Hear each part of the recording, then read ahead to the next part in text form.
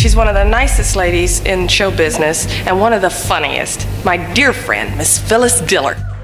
She is friendly and funny, and she works in show business. Hi, Miss Phyllis Diller. I love you. Phyllis Diller was the first famous American woman who did stand-up comedy. I could have had big parts when I first got to Hollywood, but plastic made my skin itch. A famous person who changed comedy by making jokes about her looks, her marriage, and her pain. But she had things a secret. You've been through some hard times. How have you been able to keep up your happy and positive attitude? A positive mood is a way of thinking that you do all the time. She took the same secret trip to see someone she could never talk about in public for more than 30 years. When the visit stopped in 1993, Phyllis Diller was very sad. That's why she kept her biggest secret hidden her whole life and only told everyone about it after she died. The strange kid who played the piano at funerals. Fans knew that when Phyllis Diller went on stage, jokes about her kids would be coming up. They thought she had 4 kids. Everything is fair game for her act. She had 5. The 5th was a surprise. A daughter she never talked about, joked about, or recognized in public. She drove to see her by herself every Sunday. There should be no cameras. For more than 34 years, this was the only part of her life she wouldn't make into a book. She learned early on that pain could make her money. She was born in Lima, Ohio, on July 17, 1917, to a father who was 55 years old and a mother who was 36 years old. She grew up in a house where death was common and there was always silence. There were always old people in the house. Sam was the oldest brother of her father and had served for the Confederacy. That's how old they were. It was so common for funerals to happen that death became normal. She had been to more funerals than birthday parties by the time she was 10. She found it strangely interesting. The making up. On dead faces, the flowers, and the tears. Other kids were afraid of death, but she studied it, wrote things down, and found fun in the dark. She would use her ease with the morbid to build her humor on. It was worse at school. All of her clothes were made by her mother by hand. Once fur trim was in style, Phyllis put some scraps around the bottom of her dress. She was called on by her teacher in front of the whole class. "What is that?" with a disgusted tone of voice. The other kids laughed. Phyllis kept track of every second. After many years, she turned this moment into something. She made things out of everything. Music helped her get away. She went to the Sherwood Music Conservatory in Chicago when she was 10 years old. A child from Lima who is learning with adults. Adults stopped and stared when she played with those pieces. I felt alone all the time, though. She started making up stories to pass the time in that quiet house where family members were dying. Short stories about the people she knew. Over time, they became funnier and began to sound like punchlines. Even though she didn't know it yet, she was already writing her act and making fun of bad things. All of things fell apart during the Great Depression. In 1930, Lima, Ohio looked like every other town in the United States that was watching its future fade away. Stores and banks were closed. There was nothing left for her family. Phyllis sold newspapers on street corners when she was 13 years old. It cost pennies for each piece of paper. It cost pennies to buy bread. They did not have enough money to pay for the Sherwood Music Conservatory. In 1933, her 3 years of training and hopes came to an end with a letter telling her she couldn't come back. She was 16 years old, and she was no longer making money as a musician. She took any job that would have her. Any job that pays will do, like cleaning houses, making ads, filing papers, etc. The name of the family wasn't even real. Triber had changed in the past for reasons that no one remembered. This was something she only learned as an adult. Even their name was taken from someone else. In 1935, Bluffton College looked like a second chance. This time it was music education, something she could really use to teach. That's where Sherwood Diller showed up. He drove his mom's car to their first date and used her money to pay for dinner. He didn't have a job. Level. He quit school because he thought his teachers didn't know as much as he did. Her mind told her to run in every way. He lived with his parents and was 26 years old. His big thoughts were never put into action. His mom still bought him clothes. But everyone was desperate because of the slump. Marriage meant staying alive. Two people could live for less money than one. She told herself that. In 1939, they ran away together. 22. He told her everything. A house, kids, and safety. Sherwood always seemed to be close to success. The next plan would work. The next job would last. She dropped out of college again. There was no turning back this time. She found out the truth in a few months. He was never able to keep a job for more than 2 weeks.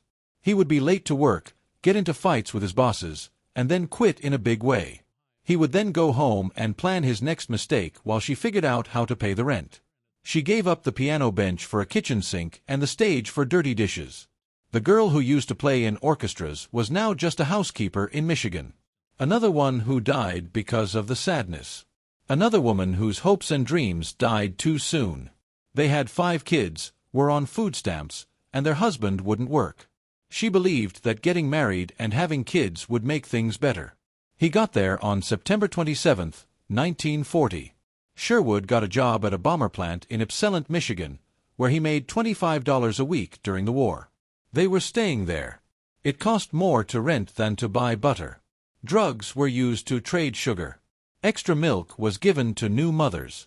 They kept her alive. 3 weeks after giving birth, I started to feel depressed. Sometimes she couldn't move in the morning. The child screamed. Sherwood went to 4. Go to work when he was in the mood. He didn't bother most days. As she lay there, she would do math in her head to see how $25 could last for 7 days and 5 kids. The numbers did not work. From 1940 to 1945, they moved 8 times. Each address is smaller and less expensive than the last one. He could never keep a job for more than 6 months. Things were meant to get better at Alama Naval Air Station in California. It wasn't. She came along in 1944, and now there were 2 kids and the same $25 a week on good weeks. 1945 was the year when the first baby died. 2 weeks old, born early, and lungs not fully formed. The doctors said that things like this do happen. She was 28 years old. Putting a child to rest in a graveyard she never went back to. She made dinner at home and was normal. The next week, she started writing for local papers and made $2 per piece plus 50 cents for ads. There was money. By 1952, she had 5 kids in all. Every time I got pregnant, it got worse. With each birth comes a new risk. Each child was someone else that Sherwood wouldn't help. He had rules about how to do his job. He didn't belong doing physical work. Sales made me feel bad. There were no jobs that were right. They were all wrong. In 1950, Sherwood's fortune showed up. $10,000 from a dead family member. You have enough to buy a house outright. Enough to begin again.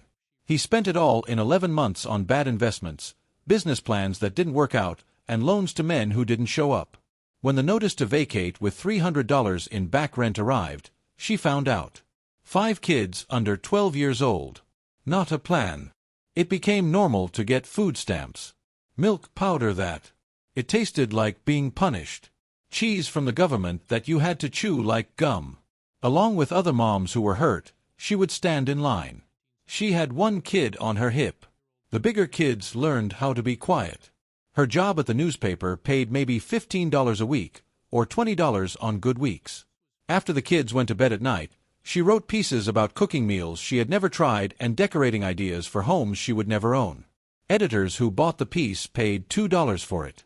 A lot of them didn't. The refusal letters were piled up next to the bills that hadn't been paid. They were scratch paper for her. Because nothing, not even failing, could be thrown away. The book that made everything better. In 1952, $75 a week saved their lives. A copywriter was needed by CRA in Oakland, California.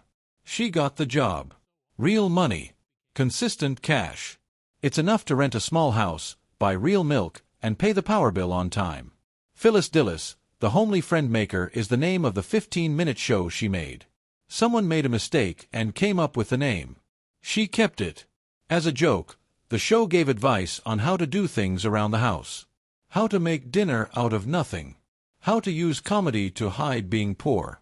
It was liked by the station, but mistakes in the edits lost it. The tapes were never shown on TV. This is yet another failure to add to the list. The San Francisco Veterans Hospital wanted something fun to do. She offered to help, brought her piano music, and put together a whole set. From the first note, the patients yelled at her. "Do a good thing. My grandma is a better player. Who let her in?" She kept playing and laughing. When she was done with the set, she went to her car and cried for an hour. All of that changed when Claude M. Bristol wrote The Magic of Believing. She read it at work. Breaks. Thoughts had power, the book said. Visualization made reality happen. She imagined being protected by a white feather cape that wrapped around her body. Nothing bad could get through it. It had been years since Sherwood had pushed.